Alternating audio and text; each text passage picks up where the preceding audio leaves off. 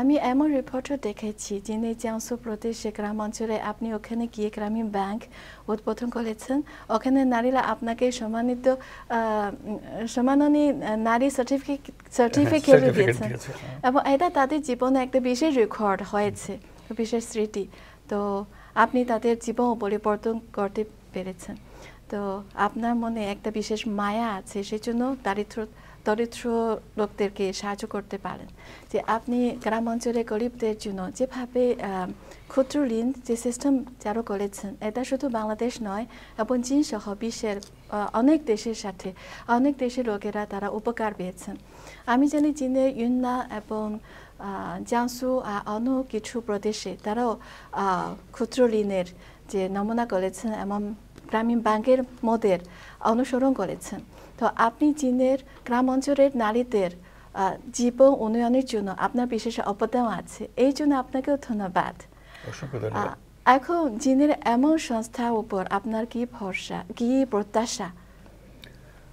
Professor দূর কারণে চীনের গভীর অভ্যন্তরে যাওয়ার আমার সুযোগ হয়েছে, যেখানে খাবার পাওয়ার সমস্যা ছিল, থাকার জায়গার সমস্যা ছিল। এমন সব খাবার খেতে হয়েছে যেসব খাবার আমি কোনোদিন জীবনে খাইনি। ফরিং ভাজা, বড় চ্যালেঞ্জও ছিল।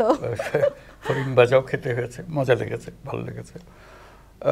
তো নিচে নিয়ে গেছে এই জন্য যে দারিদ্র্যটা বোঝার জন্য, চীনের মধ্যে কি পরিমাণ দারিদ্র্য আছে, সেই দারিদ্র্যের কঠিন রূপ এটা দেখে মনে হলো যে দরিদ্রের চেহারা দুনিয়ার সর্বত্র একই, সেটা চীনে হোক, বাংলাদেশে হোক, অন্য দেশে হোক। সেটার কি সমাধান আছে? সমাধানটা হলো মানুষের যে সৃজনশীলতা, সেটাকে যদি স্বীকৃতি দিয়ে সমাজ যদি তার প্রাতিষ্ঠানিক আয়োজন করত, তোমার কাজ তুমি করো, আমি তোমাকে সহযোগিতা করব যাতে করে সেটাতে তুমি এগিয়ে যেতে পারো। বাংলাদেশে যেমন, এখানেও চীনেও তাই, ঘরে নানা রকমের প্রাণী পালন করে, যেগুলো বিক্রি করে, নিজেরা খায়, এরকম। কিন্তু পয়সা নেই, টাকার অভাব। কাজে ওই ক্ষুদ্র ঋণটা ওই কাজে লাগলো, যে টাকাটা হাতে পেলে সেই টাকা ব্যবহার করতে পারে।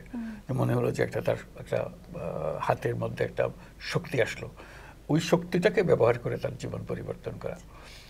মহিলাদের অবস্থা সব জায়গাতে একই রকম, চীনে যেরকম বাংলাদেশে এরকম। চীনে মহিলাদের অবস্থার পরিবর্তন দ্রুত গতিতে হয়েছে, কিন্তু যে সময় আমরা ঘোরাঘুরি করছি চীনে, তখনও অবস্থা খুবই খারাপ অবস্থার মধ্যে ছিল মেয়েরা। তো তার মধ্যেও এটুকু সুযোগ পেয়ে তারা যে কি পরিমাণ আনন্দিত হতো, তাদের ছেলে মেয়েরা আমাদেরকে ঘিরে রাখতো, যে এটা খুব মূল্যবান কথা, মূল্যবান মানুষজন এখানে এসছে, তাদের সঙ্গে কথা বলার সুযোগ পাওয়া। তো আমার কাছে ভালো লাগতো যে চীন আর বাংলাদেশে কোনো তফাৎ দেখি নাই, একই পরিস্থিতি, একই জায়গা। তো সেটা তিনি বুঝতে পেরেছিলেন, কারণ উনি বাংলাদেশে গেছেন, বাংলাদেশের পরিস্থিতি দেখেছেন। অনেকে ওনাকে বলেছে চীনে এটা হবে তবে না, এগুলো আমাদের এখানে চলবে না। উনি এটাতে নড়েন নাই এবং শক্তভাবে ছিলেন বলে তার অনেক অনুসারী সৃষ্টি হয়েছে, বহু অনুসারী সৃষ্টি হয়েছে, এবং সেটাকে বিরাট একটা কাঠামো দিতে পেরেছেন উনি। ওটাই ওনার সাফল্য, যে প্রথম সবাই স্বীকার করেছে যে উনি প্রথম এটাকে এনেছেন এবং সরকারকে রাজি করাতে পেরেছেন বিভিন্ন প্রতিষ্ঠান সৃষ্টি করার জন্য। তার কারণে বহু প্রতিষ্ঠান, বহু নীতিমালা সৃষ্টি হয়েছে সরকারের, সেই জন্য সরকারের লোকজন এটাকে চেনে ভালো করে। তো সেটাই এটার যে ইম্প্যাক্টটা যেটা হলো, সেটা ওনার নেতৃত্বে সারা দেশে হওয়ার জন্য সম্ভব হয়েছে। আমি এমন রিপোর্টও দেখেছি যিনি জিয়াংসু প্রদেশে গ্রাম অঞ্চলে আপনি ওখানে গিয়ে গ্রামীণ ব্যাংক উদ্বোধন করেছেন। ওখানে নারীরা আপনাকে সম্মাননী নারী সার্টিফিকেটও দিয়েছেন এবং এটা তাদের জীবনে একটা বিশেষ রেকর্ড হয়েছে, বিশেষ স্মৃতি। তো আপনি তাদের জীবন পরিবর্তন করতে পেরেছেন। তো আপনার মনে একটা বিশেষ মায়া আছে, সেই জন্য দরিদ্র লোকদেরকে সাহায্য করতে পারেন।